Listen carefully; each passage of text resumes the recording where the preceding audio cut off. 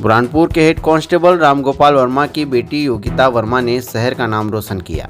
राज्य लोक सेवा आयोग यानी MPPSC की परीक्षा 2019 में 65वीं रैंक लाकर सहकारिता विभाग में सहायक आयुक्त का पद प्राप्त किया। योगिता राव के डाक विभाग में शाखा डाकपाल के पद पर पदस्थ थी। नौकरी करते हुए ही PSC के साक्षात्कार की तैयारियां की।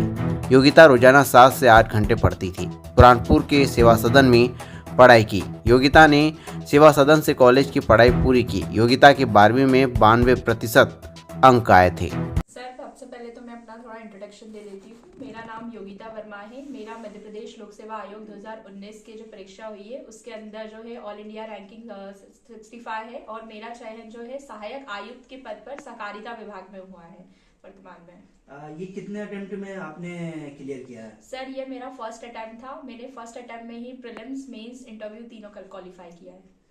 क्या कहेंगे, बच्चे जब ट्यूशन लगाते हैं पढ़ाई करते हैं उसके बाद भी क्लियर नहीं होते, आपने बिना ट्यूशन के क्लियर किया है? सर, सबसे पहले अगर आप किसी भी एग्जाम की प्रिपरेशन कर रहे हैं तो आप पूरी तरह फोकस्ड रहिए, थोड़े डिटरमाइंड रहिए और कंसिस्टेंसी इस एग्जाम में बहुत ज़्यादा ज़रूरी है क्योंकि ये एग्जाम काफ़ी लंबी होती है। 1-1.5 साल की तो एग्जाम ही होती है और मेरी तो 3-4 साल एक्सटेंड हो गई क्योंकि कोविड आ गया था बीच में।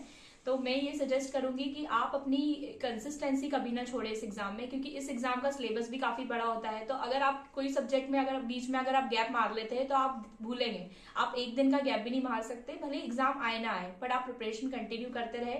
हो सके तो आप इसको और ज्यादा इफेक्टिव बनाने के लिए टेस्ट सीरीज ज्वाइन कर ले, तो उससे जो है आपकी जो है कंसिस्टेंसी बनी रहती है। देखा गया है कि बच्चों को ट्यूशन के लिए लाखों रुपए लगाना पड़ते हैं, जब जाके बच्चे उसमें से निकलते हैं। जी, क्या कहेंगे, आपको ट्यूशन लगाना जरूरी है या चाहे? नहीं सर, मैं तो सजेस्ट नहीं करूंगी। मतलब अगर वो उनको थोड़ा गाइडेंस चाहिए तो ठीक है, बट ट्यूशंस पे पूरी तरह कोचिंग्स पे डिपेंडेंट होना मैं सजेस्ट नहीं करूंगी, क्योंकि कोचिंग्स वाले सिर्फ आपको बता सकते हैं, गाइड कर सकते हैं कैसे पढ़ना है, बट पढ़ना आपको खुद ही पड़ता है। तो मैंने तो अपनी ज्यादातर कोई कोचिंग की सहायता ली नहीं है, कोचिंग की नहीं है, सेल्फ बेसिस ही रहा मेरा, हमेशा से सेल्फ से प्रिपरेशन रही। हाँ, आप ये चीज कर सकते हैं कि आप टेस्ट वगैरह लगा ले, मॉक प्रैक्टिस कर ले, मॉक टेस्ट दे दे, तो ये चीज सहायता रहती है कि चलो आपको ये पता चल जाता है कि एग्जाम कैसे देना है। बाकी तो आई डोंट थिंक कि कोचिंग की सहायता नहीं है, जरूरी नहीं है मेरे हिसाब से। आपने कब ये ठाना था कि आपको अधिकारी बनना है? सर देखिए, मैं 10th क्लास से ही, जैसे मेरी दीदी थी दिल्ली में प्रिपरेशन कर रही थी और मुझे थोड़ा आइडिया था कि ऐसी भी कोई एग्जाम होती है UPSC स्टेट PSC जिसमें हम IAS ऑफिसर बन सकते हैं, तो मेरा सपना तो तभी से था। हाँ, मैंने अपनी ऑफिशियल प्रिपरेशन जो है ग्रेजुएशन जब मुझे करना था उस वक्त मैंने सोच लिया था कि मुझे इसकी प्रिपरेशन करी है, तो इसलिए मैंने इंजीनियरिंग वाला बैकग्राउंड तो पहले ही स्किप कर दिया था कि मुझे कोई रखना है इंजीनियरिंग बैकग्राउंड, और मैंने फिर graduation basically BSc computer science में रखा ताकि BA ले सकती थी मैं, पर मैंने वो लिया नहीं।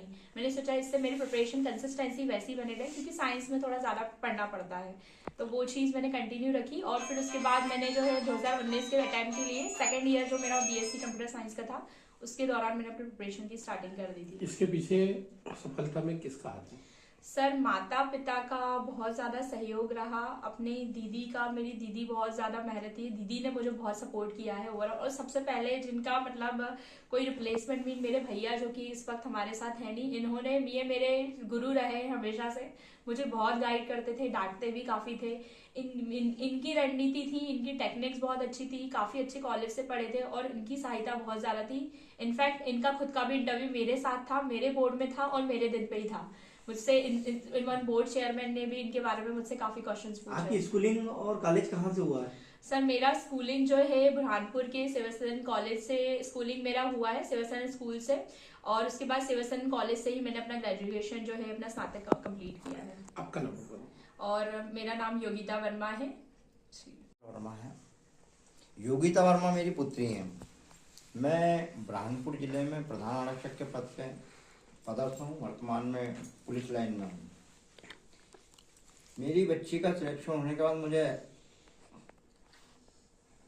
बहुत ज़्यादा खुशी और थोड़ा सा दुख भी इस बात का हुआ कि इसी एग्जाम में